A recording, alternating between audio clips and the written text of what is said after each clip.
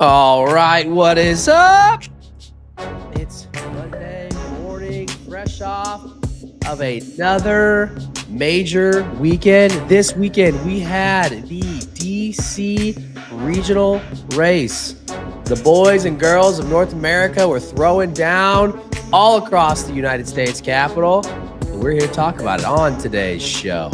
We have got the most creative, fastest, arguably best baker in the RMR community on the Jersey Shore, Michelle Navarro. Michelle, how we doing?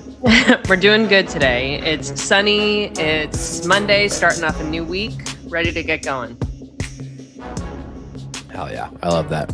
And then we've got the redheaded wonder, the fastest stats man in all of hybrid sports. If this stat doesn't come from this man, don't believe it. It's fake news. We got Jack Bauer. Jack, how we doing? Matt, I know that the athletes are pretty tired, but I know you're definitely feeling it as well. It was a fun weekend watching the racing, but exhausting, and that whole daylight savings time, losing an hour. Not a big fan of it today. Definitely messed me up. It's got to go. I think it's run. Should we end right now, or should we move it back an hour and then keep it there? Like, what's the? I think right now, so that we can keep it lighter, longer at night, because who likes getting out of work at 4:30 and it's pitch black in the winter? I feel like leave it where it's at right now and we're good.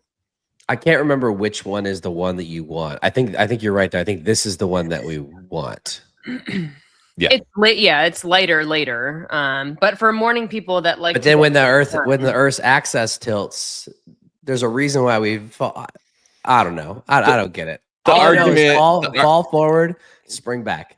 Yeah, the argument is like, oh, it's lighter for buses to pick people or pick up kids when they're waiting in the winter and stuff if we switch it an hour back. But guess what? Well, the real argument has to do with farmers. Yes, like that's where it originated from. That's where it originated from. Yeah, I know, but that's one of the strongest arguments against it in the modern era. Because I mean, yes, there are plenty of farmers still, but like we're not a farming society as a whole anymore.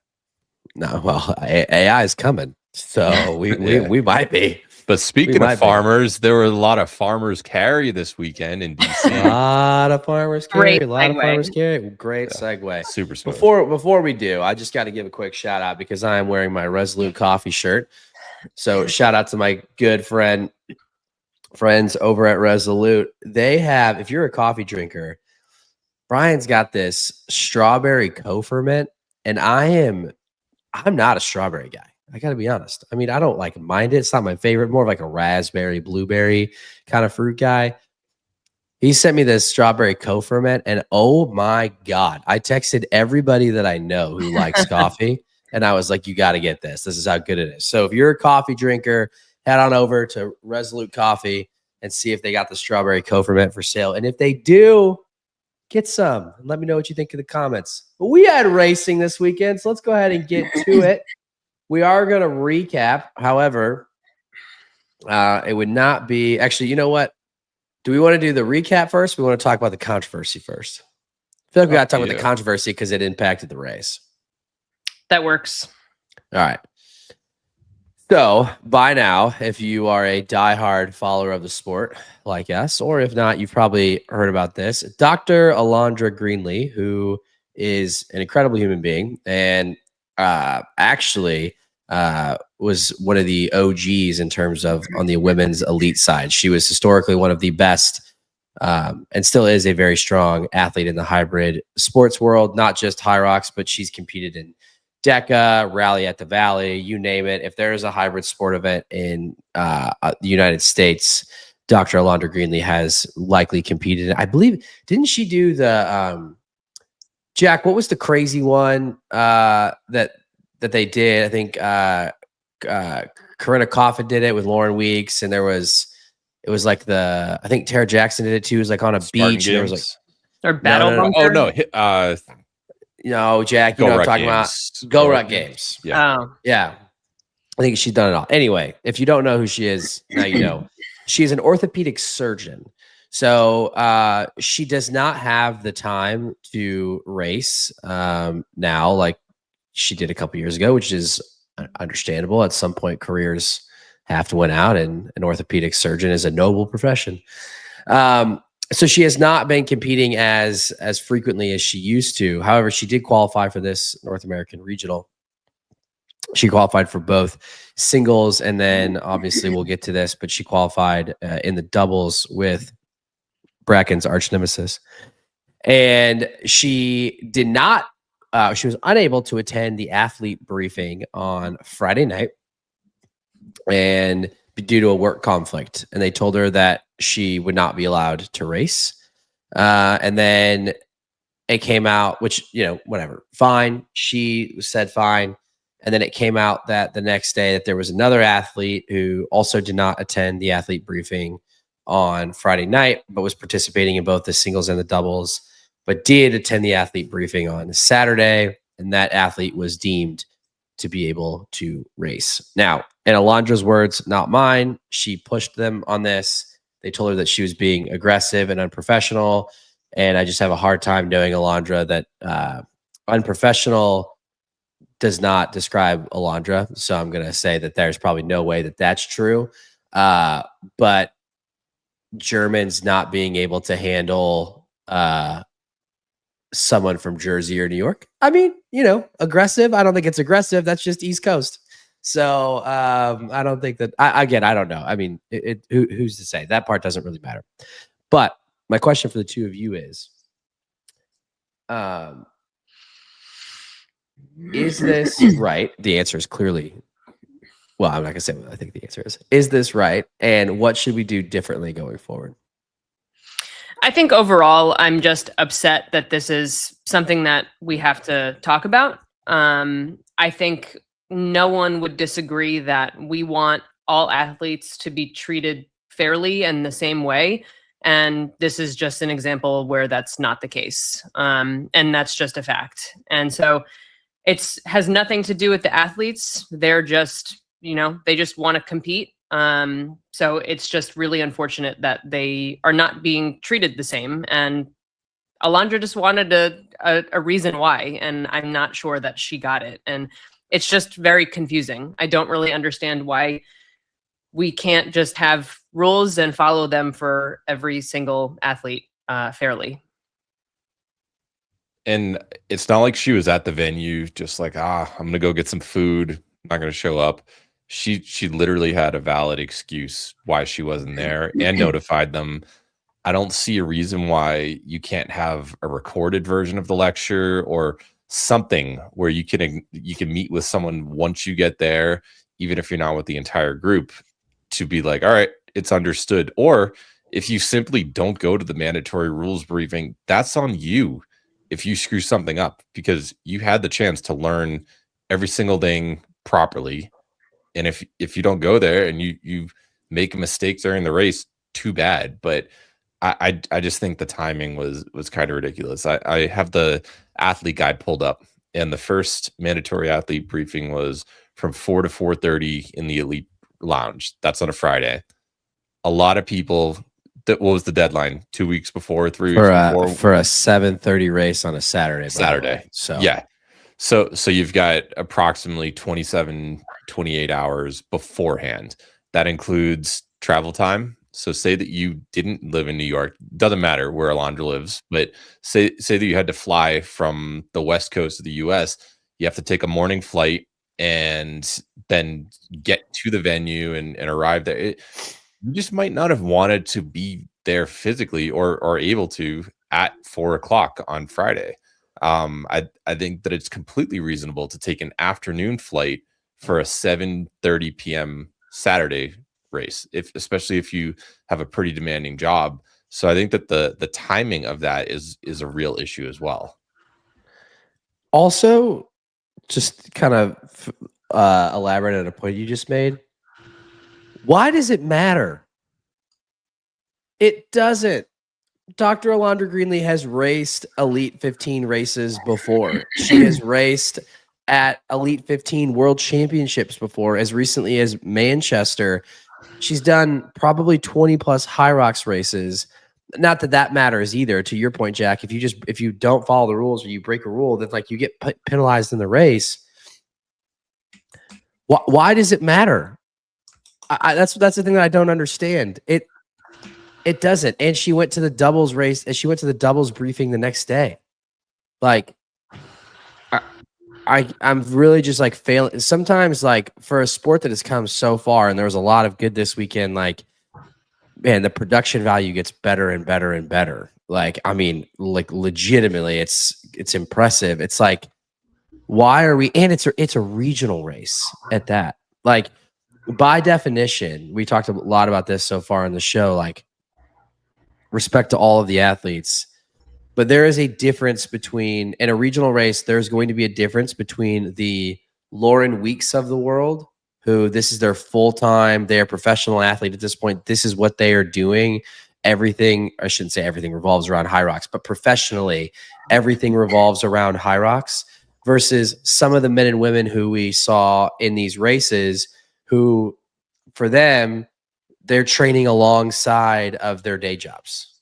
Right? Like, they're not, like, this isn't their full-time gig. And so, like, that's going to be the reality of a regional race. And to take that opportunity away from someone, especially when the stated goal is to get the top 15, the top 15 athletes, and on, on the doubles side, we already talked about how far we had to roll down just to fill the field. We're going to withhold, one of the best 15 athletes in America from having a chance to race because she missed it because she had a legit reason. And I mean, to be fair, if I had a mandatory Friday meeting that I knew that I had to be in person for, I don't even think it would register. I mean, because someone could make I heard some people making the argument of, oh, she should have let them know ahead of time. If it's a mandatory meeting, she knew she had it. I'm sorry. I'm never once thinking that, like, being at a rules briefing is that big of a deal.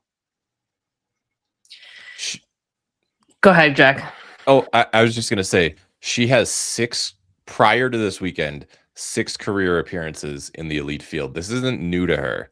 What if, I'm just going to use her as an example, but, like, what if Lauren Weeks or Dylan Scott, someone who's just a figurehead there all the time, what if they miss the meeting? Are they going to learn anything new than the last time that they were at an elite briefing, especially if all the info could be available at a later time? And it's just baffling.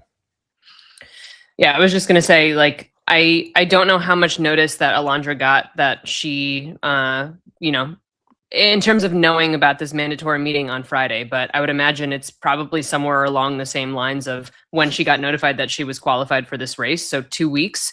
Sometimes you need more time to take time off for, work. And so I think that was the case for her. But even still, like, there was someone else who was allowed to compete and, had something else going on as well. So all we want, again, like, I will just stress, all we want is fairness. If someone else had the exception of being able to go to the Saturday briefing instead of the Friday because they couldn't make it, why was Alondra not treated the same way? That's really the only thing that upsets me about this. Like, we just want fairness for everyone. Everyone deserves and earned their spot there. So it's really upsetting that she didn't get to race. 100%. And this is, for the record, this is not speculation. It is 100% confirmed that there was an athlete who missed the singles briefing and was allowed to compete on Saturday, which they should be. Again, this whole thing is stupid. Yes. This is a dumb conversation to begin with.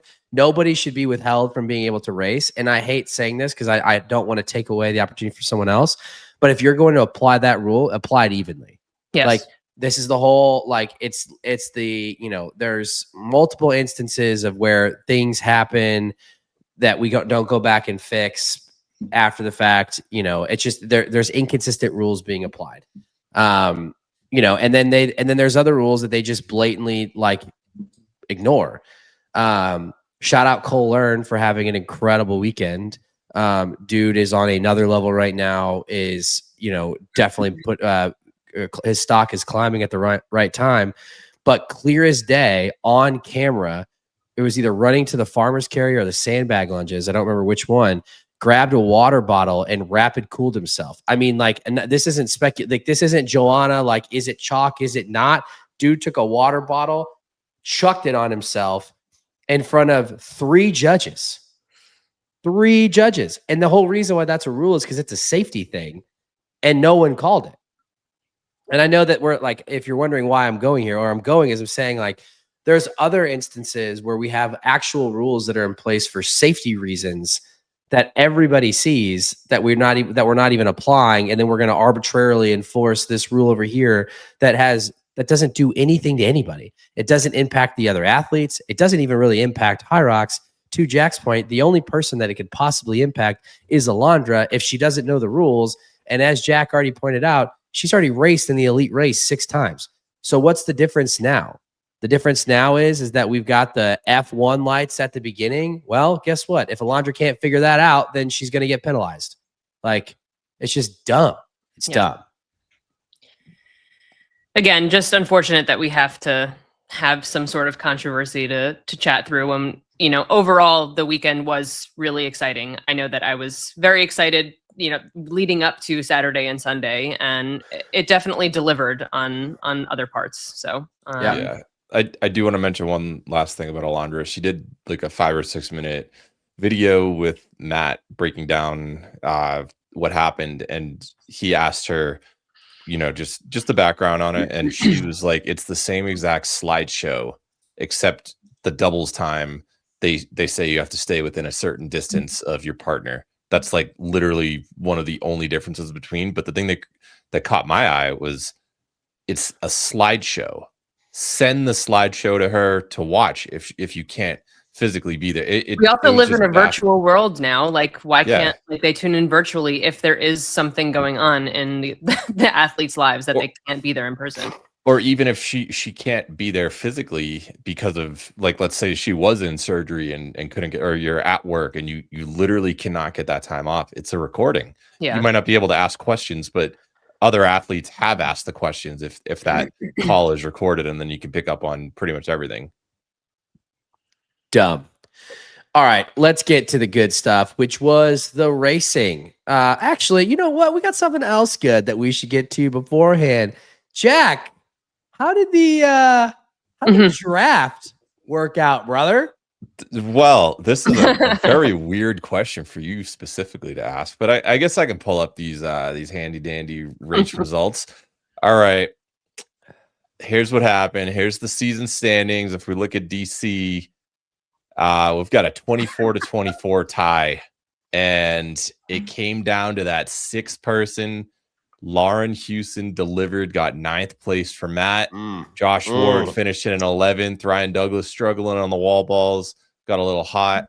It was not between he and Dawson Miller for the tiebreaker. It was Lauren Houston barely finishing ahead of Josh Ward. Congratulations, Matt. We both got 24. I got 24 plus. Yeah, so for all you people telling me in the YouTube comments that just go ahead and put my name on that 4th place trophy, and all you people telling me that I don't know how to draft and I don't know rocks, look at this, baby. You know what? Look at this. I may not be able to pronounce today, but I know North American HYROX, and I'm going to sip this coffee. It's going to taste a little bit sweeter this morning. Some people go ahead. Yeah, I was gonna say, I will say, Matt, enjoy your moment right now, but like if you're watching YouTube right now, you could see the remainder of the season. It hasn't been pretty. I mean, it's gonna be hard to trend forget lines about that. I'd like to point out trend lines. Melbourne was a black eye and one that I will never forget, but I'm going in the right direction. I'm going in the right direction. Here's a trend line. If Dylan Scott would have raced his Saturday night race in Phoenix on Thursday, I would have wiped the floor with everybody. So I am one Dylan Scott race away. There's no what ifs. It's all about results. Who hasn't had a statistically? It was bound to happen eventually, Matt. So congratulations. Yeah. You know what? You guys cannot get me down. I am riding high. I am coming for BK. There are 4 more, if assuming we're doing Brisbane also, but there are at least 3, possibly 4 more drafts that we're going to be doing this year. A lot of chance to move up the leaderboard, but right now 25.3 points a draft. I'm in the lead. 27-3 Bracken, 28-0. I got you right where I want you. We're coming into burpee broad jumps. We're coming into burpee broad jumps, and I am good at burpees. That you're right. This trend line though, 4-4-3-1 for you, Matt. You might not be in the podium, but you've got you're heading in the right direction. You averaged third place. Yep. I'm coming for the podium. Congratulations. All right. Let's get into it. Let's start with the women's side in the order that they raced. Your top 5 women. Actually, we'll just go. It's an elite 15. Let's give all these athletes the credit they deserve.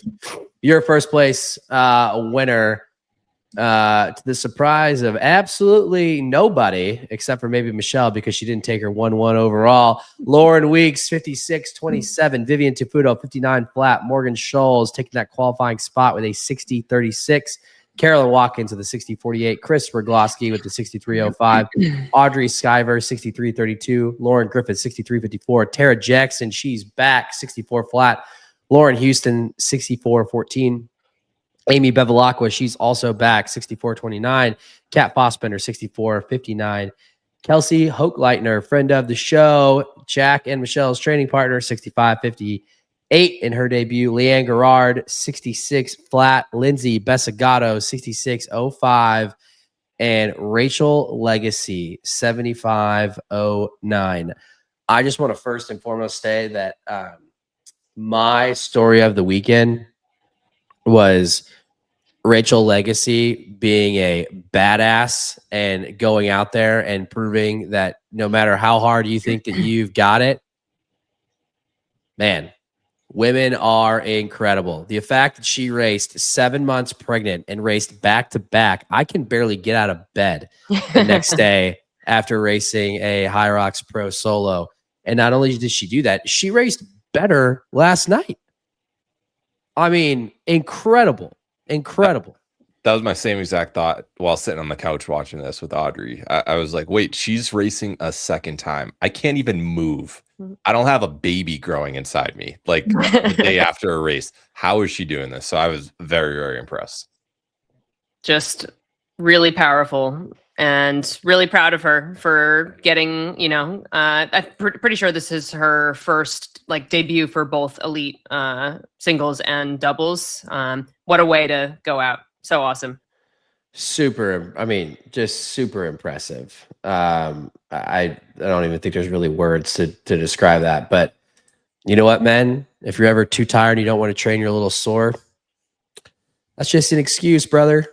That's just an excuse. All right. This is we got to go to Lauren Weeks, because 56-27, not far off a world record. And I think the thing that like blows my mind about that is Lauren struggled on the sleds. Like, these are not good sled times, and she still almost set a world record. 344 on the 344 on the pole, 242, which is not too bad on the push, but definitely, you got to think there's probably at least 12 seconds on the push, and I don't know on the pull, but I mean, I think I said it in the lead up that like Lauren typically, she doesn't start to get more specific until the end of the season. And, she has not been able to crack through against Joanna yet so far this season, but being that close to a world record with a 344 pull time, Jack, Michelle, I mean, what does that tell you about, are we going to have battles again when we get to Warsaw? I mean, it still goes to show that each athlete has their strengths within this elite fields. Like, they're all extremely impressive, and all of their times are, like significantly faster than the majority. But, to have these lines where like 10 to 20 seconds, could swing if they do get stronger on something.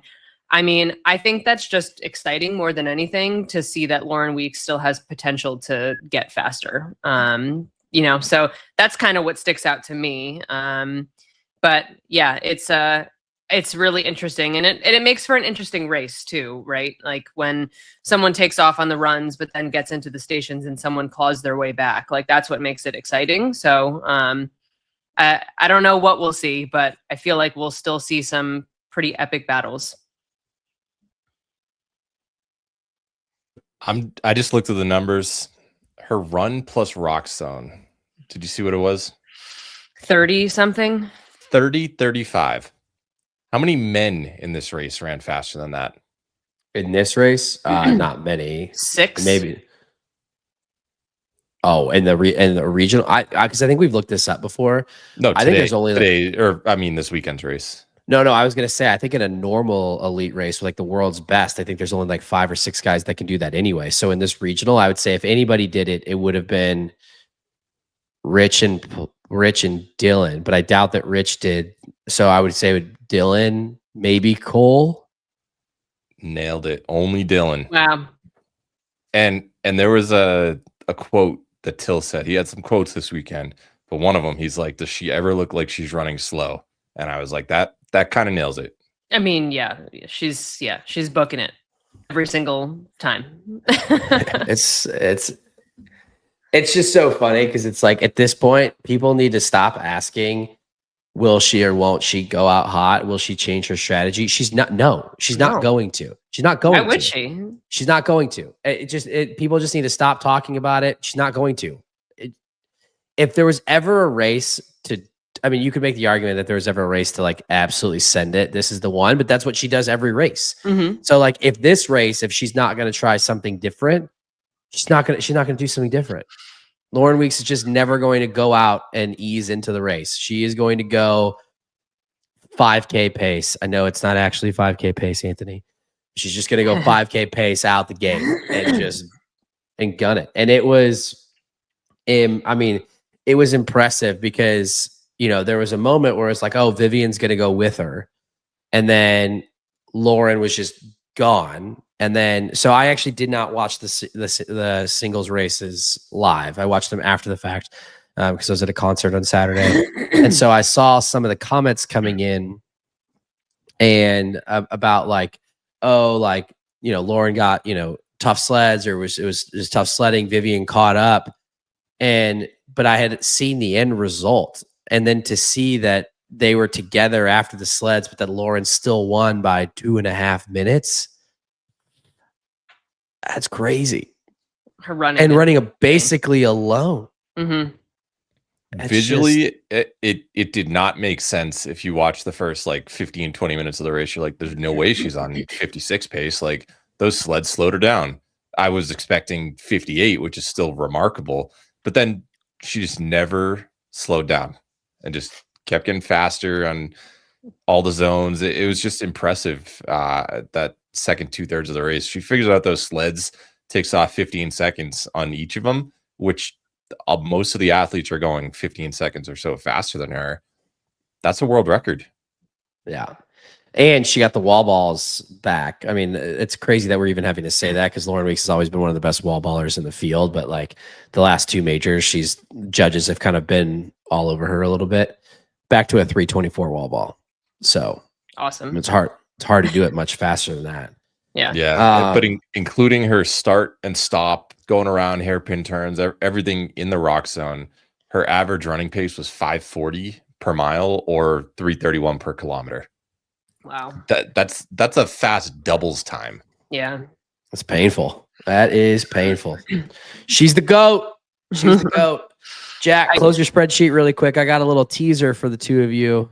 I have only had Excel open when I showed your win. How many sub 60s does Vivian Tafuto have now?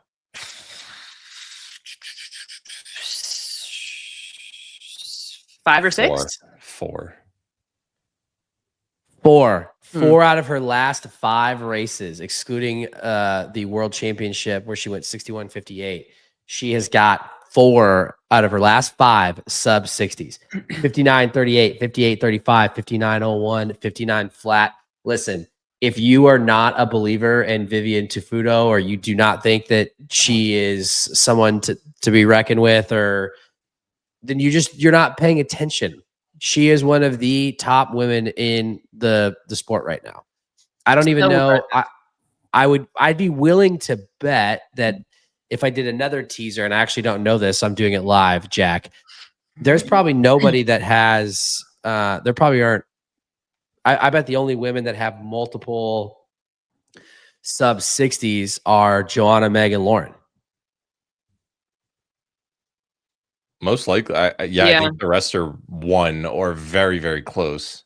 But I think Yeah, you're right. so I don't think anybody else has 2, let alone 3. Unless Linda does. Linda. Oh, good. Okay, good call. Let me look. I'm pretty sure she does. does. She had the 50. She's got a 59. Yeah. She got a 59. All right. Okay, so Linda has 2. So Linda has 2. Vivian has 4. It's pretty good. Yeah. I mean, so it was funny. I don't know if you guys caught her stories, but basically, well, I think she also mentioned when she did a different tactic, like trying to race harder. And I give her so much credit. Like she did go out with Lauren when the race started. So I'm pretty sure her times, like her run rocks was like a minute and a half faster this race, but then the stations gave, and she ended up with basically the exact same time as Phoenix. So completely different strategy, way faster on the runs, but the stations gave, but she still ended up with the same time. So honestly, I think that's pretty cool for her, because I feel like this is a lot of great learning and knowledge that she'll gain from her strategy and how she can, move forward from this. I feel like if she balances it out a little bit more, she might get even more from herself on the stations and still get like 40 seconds on the run. So there's definitely something to it. Michelle, you could probably relate to this as someone who ran track in college or cross country specifically. Did your coach basically say, you're going out at the same pace as everybody for mile 1, even if it wasn't your fitness level? It was like, you're going out at this pace. And I always thought it was so stupid, because it's like, I cannot hold that pace for the other 4 miles later on. But every single person on the team, like 15 of us, you're all going out at 5 flat pace. I'm like, all right, well, it's going to get ugly in the later part of the race. And that is basically what Vivian did. It's like, well, you're going out at Lauren's pace, and she is the second fastest runner overall on the entire day. Good luck. And she still managed to hang on. I was so impressed. Yeah. It is wildly impressive. And I think that, I don't know if I still think that, like, if I guess I shouldn't say that if they're in the race, it's over, because obviously world championships happened last year and Linda won, but like Vivian is going to be a podium threat. And if things fall her way, she's going to crack through one of these times and win, because her top end is just that good. So shout out to her. Great weekend. And then Morgan Schulz finally cracking through. She has been at this for 6 years now, always been capable, and she already punched her ticket to with doubles via Phoenix with Kat, and now she's going to be in the solo race as well with a 60-36. Michelle, I know you're friends with Morgan. Talk to us about what that means. Yeah, it couldn't be happier for her. I've known her since we've competed in DECA, so I've gotten to see her a bunch of times, and she's always impressed me. I know how fast she is on the roads as well. So I was just waiting for her moment to shine, and she certainly did. And, in a little bit of dramatic fashion at the end with the wall balls, it sounded like, or she mentioned that she was feeling some pain. So it's, it's not the ideal way to finish up the race, but you know what? She pressed through and she held on just enough. And she's just such a smart racer. Yeah, I couldn't be happier for her. It was a really, really epic performance, and at least a PR by 40 something seconds, I'm pretty sure. I think her last time was like a 101. So really, really awesome performance from Morgan. It took Morgan 5 races to finally go sub 71 minutes in the pro rate in the pro division. And if you look at 2 of her first 5 races, she didn't even break an hour 20. And now she's 3rd place at the North America Regional Championships a few years later, clinched a spot to Worlds. We all knew the potential was there, and it's just I'm sure a huge relief for her, but it's kind of like a satisfying feeling for fans of the sport who knew the potential, and now it actually became a reality. Absolutely. And this is just the beginning too, truthfully. Like, I think her her potential is sky high. Sometimes in baseball in college, it always say like when someone was in a slump, all it takes is just one.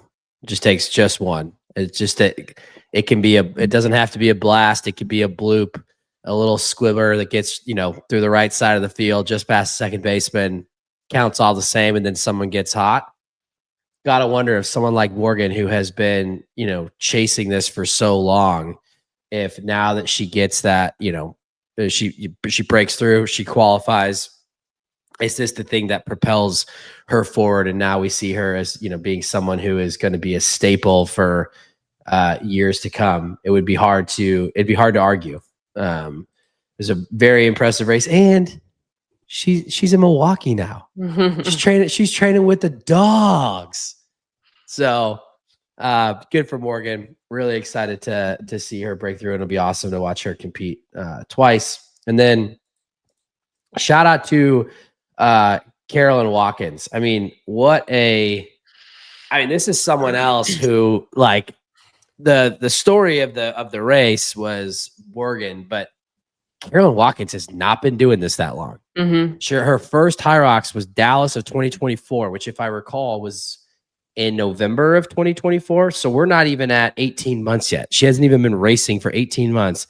And these are her solo times: 67:39, 64:22, 63:36 at Worlds, 61:33 at Boston, 64:50 at Vegas, and then comes back last night in her first elite race and drops a 60:48. She is now 48 seconds away, or 49 seconds away, from sub 60, less than 18 months into this thing. And oh, by the way, she's, in the 25 to 29 age group category. So she's still got plenty of time and opportunity to keep knocking time off. I mean, this is the beauty of this regional championship. Like, we get to see incredible athletes that haven't had the opportunity to race at the elite level now. And there's so much talent here. And yeah, another one that probably has a limitless ceiling here. We don't know. We haven't even seen her in, for 2 years. So imagine what she can do in her fourth year. It's so exciting to see. And I'm really glad that they've had the opportunity to race at the elite level. She was the fourth woman off the board when I picked, or the sixth, and she ended up finishing fourth. So relative to kind of how we thought she'd do, overperformed. But as I mentioned during the draft episode, sometimes you just see someone at a race and it's like they are gonna be good. And I could just tell that potential was there for Carolyn, kind of like what we've been saying for Morgan for a long time. I knew her running was great. I had no idea her wall balls are that good. So if she's already figured that part out, get rid of a couple of those no reps, and she potentially could have punched a ticket to Worlds. That's how good she was. Very close. Yeah, it was very impressive. And not, again, times don't matter, but the top four, these times would have all been competitive in a major or world championships. Yes. I mean, sub 61, is still not that common, especially on the women's side. So very impressive by her. And then down there in the 5 spot, Chris Rogloski, your 2022 HYROX World Championship, dropping over a minute PR. We've said this before, like, would Chris ever focus on like one thing? Because she kind of does it all, and I think she will. But it does seem like the event that she does the most is HYROX, and she is training with the hybrid engine now, and she is getting faster. And I think that should probably scare a lot of people.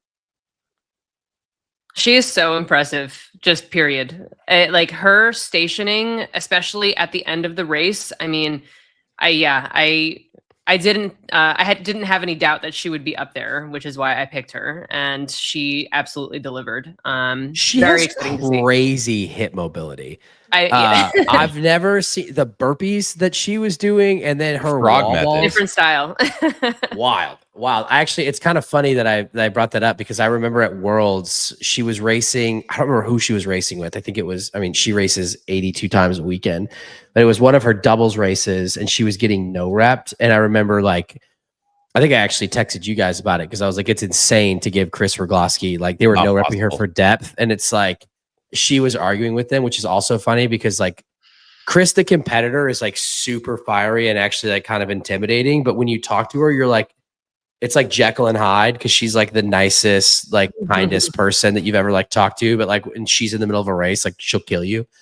And I was reminded of watching that because I was like laughing to myself that she ever got no repped in a race, because her hip mobility is insane, crazy. She's just someone, I was just gonna say, she's just someone that continues to deliver. I feel like her like emphasis on the latter half of the race, it just like continues to get better and better. So again, and like we just saw a PR from her, so she's chipping away at the time as well. Yeah, we got to watch out for Chris. And some ultras, Jack. I know. I was pumped. Yeah, Bracken must have been fuming, not only because Chris did well, but because of her shoe choice. I know. Imagine Chris and some alpha flies. She doesn't need them. She doesn't need them. Any other storylines that we want to talk about from the women's race? Overall, I just want to say that this was an impressive field. Like obviously Rachel Legacy, 7 months pregnant, impressive at a 75, but everyone else close to 66. I mean, this is really exciting for the regional race. Like, I know how challenging it was to try to get into this race, so I was very excited to see how competitive it was. And shout out to Kelsey, our friend, and her first elite debut. It's just cool to see. I think the sport continues to grow. It continues to get more competitive, and it means that much more when you get your chance. So I was very excited to see her have her first elite race. Kelsey needs to schedule a one-on-one with BK. She seems to be searching in the shoe department. She's got to find the shoes. She's got to find the right shoes. Yeah, I'll just close it off. I wrote an article for our website. Go check it out. I'm going to do the same thing for the European Championships, but it's basically, or EMEA Championships, to get that correct. But anyway, I went over the historical results for the Americas Championships in the past. 65-18 is what Lauren Weeks won in the inaugural one. Today, that would have taken 11th place. I know it's a different, course and everything, but that's crazy how much the women's field has improved since then. 72-19 would have been on the podium, and that's 5 years ago. This sport has changed so much, and it's only getting better. It's crazy. Absolutely. It's crazy. All right, on to the dudes. We had Cole Earn, your North American regional champion, with a sub 54, 53-37. The Hybrid Raccoon, Dylan Scott, 54-39. Frederick Dubé, 54-53. Grayson Kilgore, 55-06. Colin Stever, 56-09. Gabe Heck, 56-18. Stephen Pelkoffer, 56-28. Rich Ryan, 56-38. Ryan Callahan, 57-39. Jack Driscoll, 58-14. Josh Ward, 58-44. Isaac Sanderson, 59-03. Ryan Kent, 59-41. Dawson Miller, 60-51. And Ryan Dougie Fresh Douglas, 61-14. Story of the day, though, is, Cole Earn is ascending. He has been ascending, but if there was any question, he has now arrived. His first elite race was Melbourne, which he dropped to 55-43. He followed that up in Phoenix to 55-10. And then he comes in with an emphatic 53-37. Jack, Michelle, are we looking at someone with world championship potential this season? I'm just flashing back to our interview with James Kelly a few weeks ago. And what did he say? There were 6 or 7 men who he considers world championship podium threats. But he wouldn't say who. And at that point, Cole's best finish was 6th or 7th place at a major. Are we up to 8 at this point? I don't know. I still think that the actual list is pretty small, but 53-37 and beating Dylan Scott by almost a minute. I still contend that I don't care what your list is. If you don't have Dylan Scott as a world championship threat, then then you're just not paying attention. And he beat him by a minute. I think Cole even said it in his interview that like he knew, I'm sure all of these men feel this way. He knew that he had the potential to put together a great race when it came together all together, and he showed it. And he's one of a handful of guys that have gone under 54 minutes now. I mean, that is no easy feat in itself.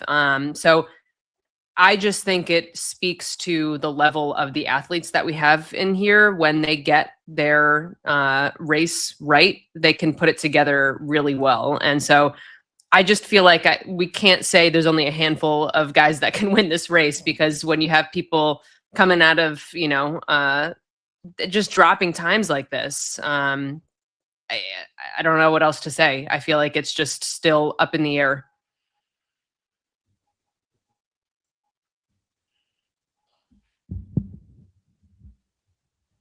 You are muted, Matt. I was like, I'm playing Cole, with my headphones. I can't hear Matt. Cole was known as a station monster, but it's no 30-30, but a 30-48 is nothing to sneeze at. I mean, that is a very impressive time. He switched up his coach. He's working with Chris Bayens down in Australia.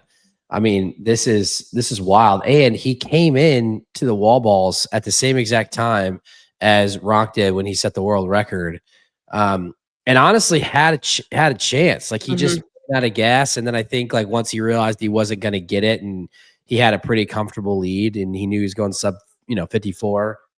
I think looking back, I mean, he's not going to be unhappy with the weekend because he qualified, and that's all that matters. And he got the win and $15,000, but he'll go back and he'll know that he's still got some room there. I mean, he, probably 20 seconds on the wall balls, 15. Yeah. I mean, crazy. Matt, you said you still think the list is pretty low of potential world contenders. So Alex, world record holder, won a major. He's clearly there. Cole just reached wall balls at the same exact time as him. Rich did the same thing in Phoenix. We know Tim is the reigning world champion. Dylan, always a threat. Hunter, James Kelly. I don't think it's as small of a list as you think.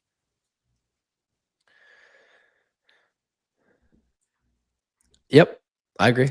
It's crazy. I think that if you put these names in a random number generator, you would have had better success picking the podium than if you actually, or like the order of the finish, than if you actually tried using your brain and guessing how it was going to turn out. This is so unpredictable. For sure. I mean, great race by Cole. He played it, perfectly. He kind of hung back. It's hard to say someone hangs back when they're running 3:26, but they kind of he let Rich and Dylan go, and then 2:20 sled push, and then sled pull 3:02, which is the fastest time, and then he basically never looked back.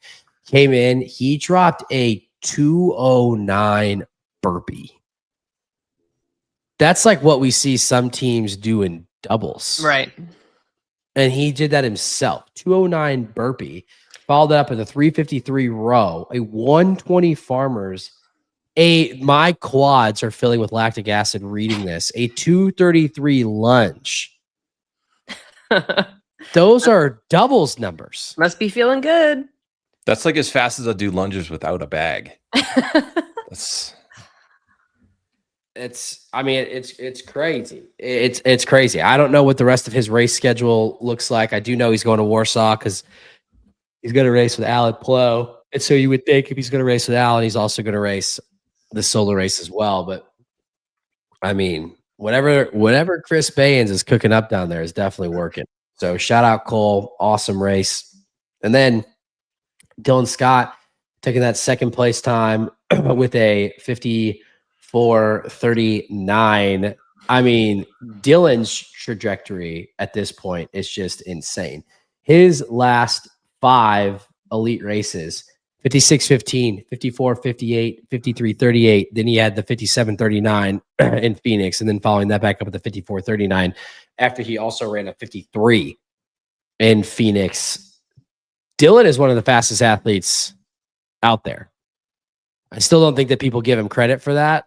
I don't know why people overlook him. I think people are starting to come around, but he also was pretty open about how he had a knee injury beforehand, and you could kind of tell it was affecting his gait a little bit. His stride was a little bit wonky compared to what it normally is, and he still dropped to 54.39. Is there anything that Dylan can't do? Nope. I mean, he said it himself. He was going to work, and that's what he knows how to do. And it's arguably more impressive when, maybe it's not going according to plan and he still does what he does. I mean, that's inspiring to me because, you have to mentally stay in it when it's not, it's not going your way or what you thought it was going to be. So always impressed by Dylan. He is absolutely one of the top. I feel like if anybody in the field can take a little bit of time off to let your knee heal with the volume that this guy has done year over year, just get healthy for Worlds. And fortunately, we've seen time and time again that you can still be a really fast runner and crush HYROX by being on the bike, being on the ergs, and there's no athlete in the field who spends more time on those either. So I wouldn't be too worried about his knee, assuming it's kind of just like a minor hiccup at the moment. He's going to be fine and a real threat for Worlds. Yeah, I was going to say time off for Dylan would just be biking and erging. The dude's not going to take. I mean, he probably did an hour cool down last night and then a Metcon after his doubles race. All that dude knows how to do is work out. So, but pulling for him, definitely a world championship threat. And then rounding out your top three, Frederick Dubé with joining the sub 55 club, which is still fairly prestigious at this point. Although now we're getting in the sub 54 club, but his ascension is pretty crazy too. I'm going to sneeze. That is so tough. Professional. Dallas 57.37, and then dropping this, or then dropping the 54.53. I mean, guy is going the right way. He's trained by Cole Earn, former CrossFit Games teams athlete. Jack, are we looking at someone who has got podium potential at Worlds? At Worlds? Yeah, I mean, not a world.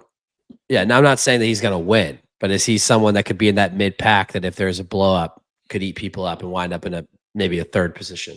For Frederick? Yeah. He didn't qualify for Worlds though. What do you mean?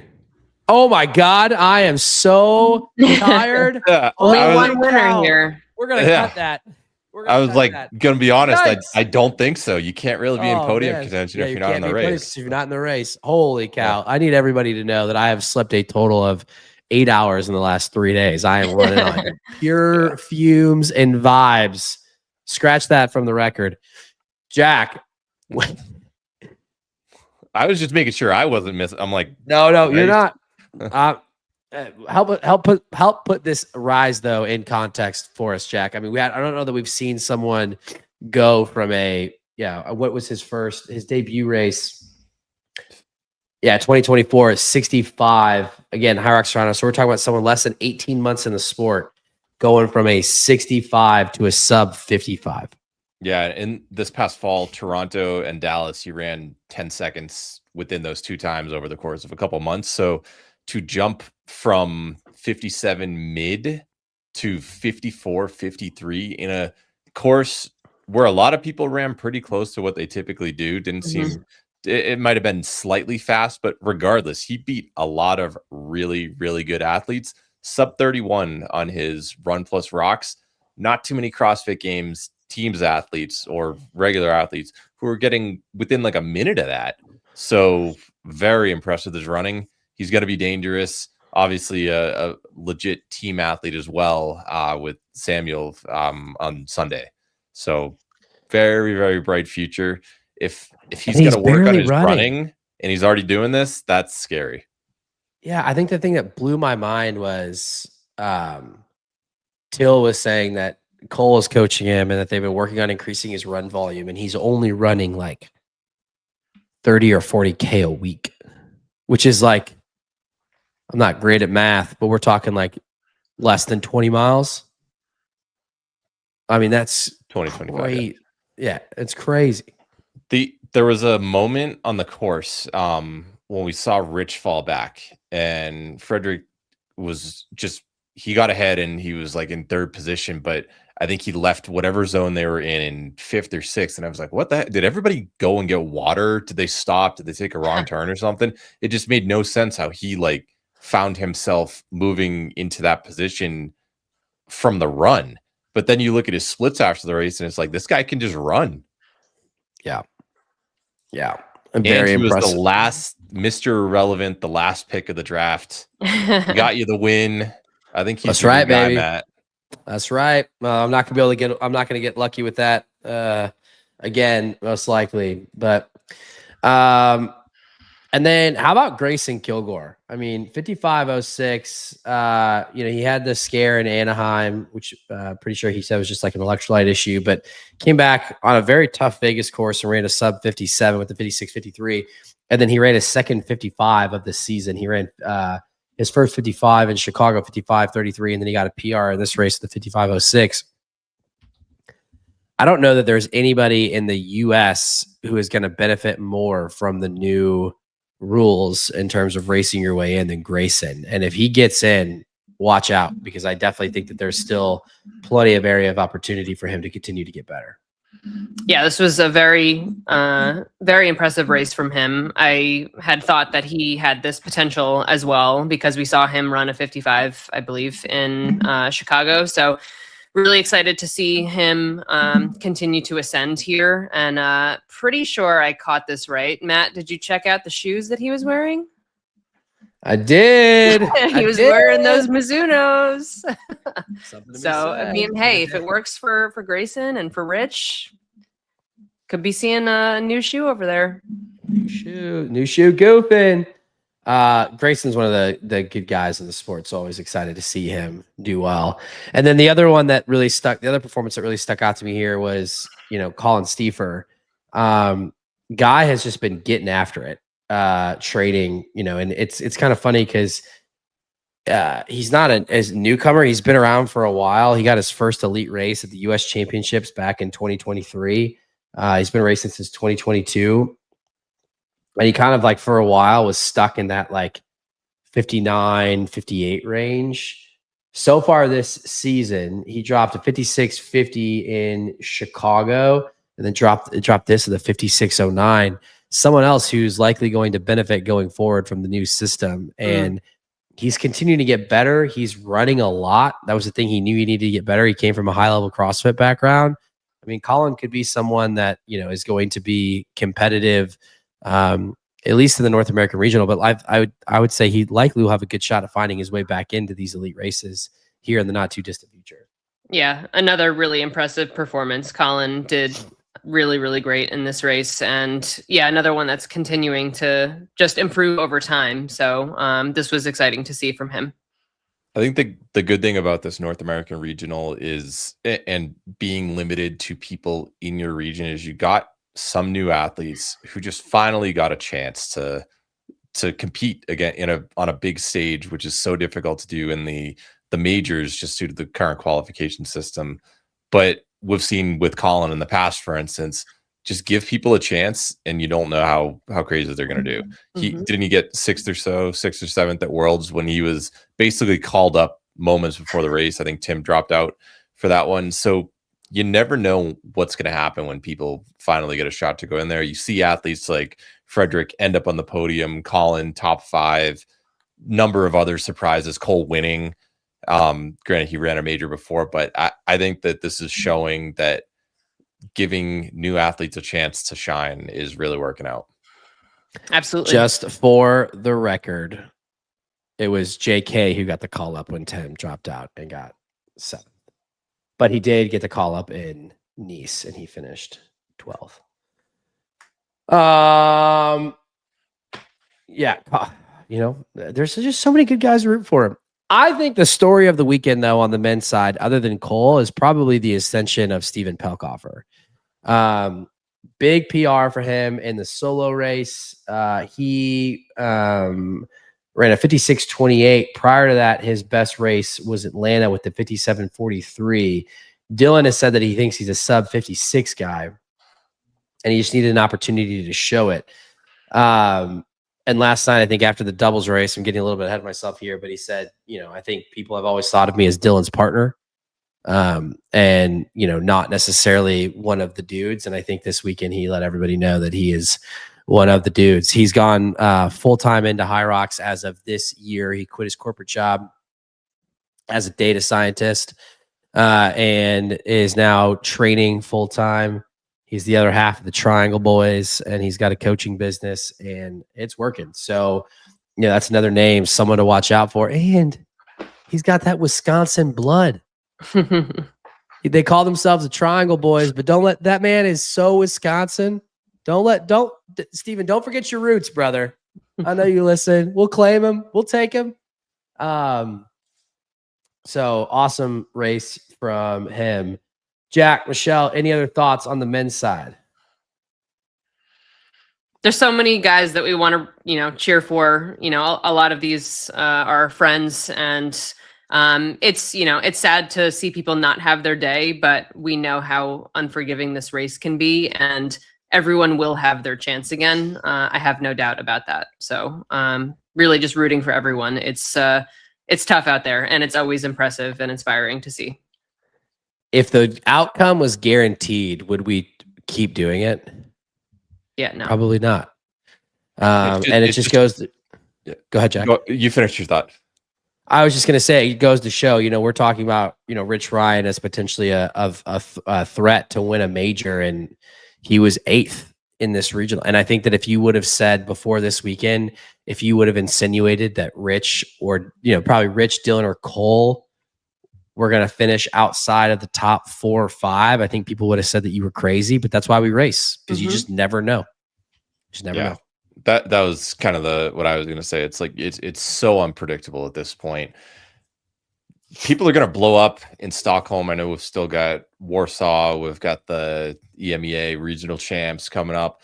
You're going to see some other big performances, but Worlds, you're going to have 7, probably more by the time that race rolls around, athletes with a sub 54 PR entering that race. And I bet only 2 or 3 end up running that at Worlds. You're going to see some crash and burns, because it always happens in these big races. Yeah, because you're gonna have a bunch of dudes that are just going heavy. All right. Let's quickly run through the doubles on the women's side. Lauren Weeks, Vivian Tafuto with a new world record, 52-59, literally by the skin of their teeth. I don't think I've ever seen, if you want to know how hard they were pushing it, I have never seen Lauren Weeks look like she was unable to complete a wall ball. And that last rep got real dicey, but she got it done. They squeaked under with that 52-59. And how about the post race interview? Lauren pointing out how humble Vivian is. Vivian has only raced 3 pro doubles, and she has set 3 world records. Is Vivian Tafuto the best women's doubles athlete? She's up there, that's for sure. It takes someone special to be willing to go out with and physically able to hang with Lauren. Yeah, Rich couldn't do it. Yeah, I know. What they run, like 50-20-ish. So in theory, only about 2.5 minutes behind Rich. It's crazy. It's crazy. Kat Fossbender, Morgan Schulz, they'd already qualified. Another 55-09. I actually think, was this their... This is a PR for them. Yeah, it's a PR. They also ran a 55 in Dallas, the 55-56. And then they ran a 55-41 in Phoenix. So yeah, about a 30-second PR. So shout out to them. And then Dr. Alondra Greenlee and Chris Rogloski taking that qualifying spot at the 58-11. Rounding out your top 5, Brittany McCall and Leanne Garrard, the 59-51. And then Tara Jackson and Maria Fetchik with a 60-24. Awesome races by all of these ladies. And then on the men's side, Dylan Scott, Stephen Pelkoffer, the Triangle Boys, 49-03. Dawson Miller and Marcus Wallace, the Wisconsin Boys, 49-50. That is their first sub 50 Jarrett Newby and Hayden Warner. The Dads Club, 50-17. Frederick Dubé and Samuel A. Bear, 50-38. And Cole Learn and Jay Muscart rounding out your top 5 with a 51-05. The story is Dylan and Steven being about 32 seconds off of the world record. They are peaking at the right time. We already talked a little bit about Steven and Dylan, but great race to them. This is a good race for our friends of the Race Brain family, Dawson Miller and Marcus Wallace. This 49.50 likely will hold and get them into Warsaw to have a shot to book their ticket there. I don't know if they're going to go, but if they want to, they got the option though. Sub 50 is a special time. Yeah. I mean, Steven and Dylan were better on the day, but that is a legit performance. Yeah, really great race too. It was exciting to see. I don't know if you guys caught it, but like in the sled push, they just like timed it perfectly and just went right out with Dylan and Steven. It was just cool to see.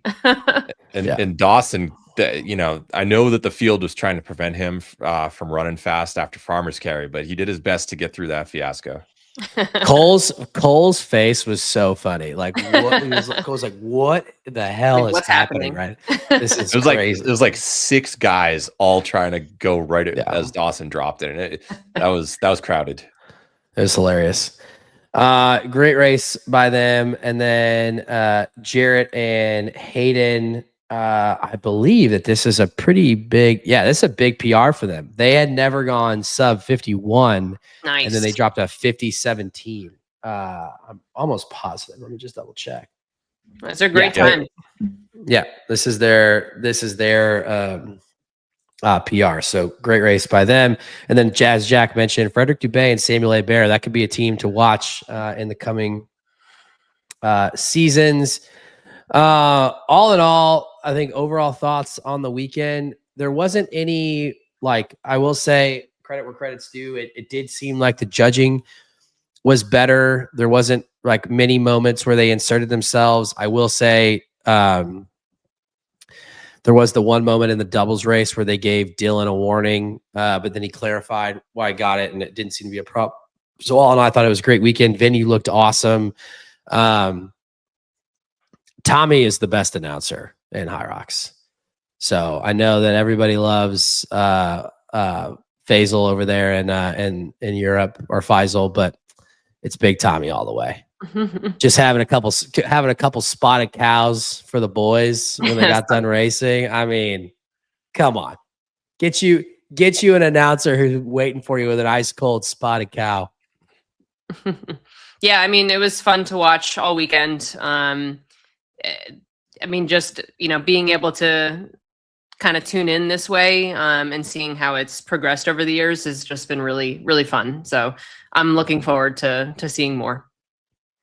Let's do a little crystal ball right here. How many of the 15 men and 15 women in this Elite 15 will end up being in next year's regional championship? Because it's going to be a different qualification system.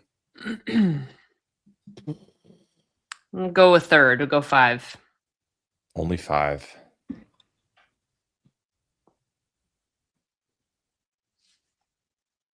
Oh man, on the men's side,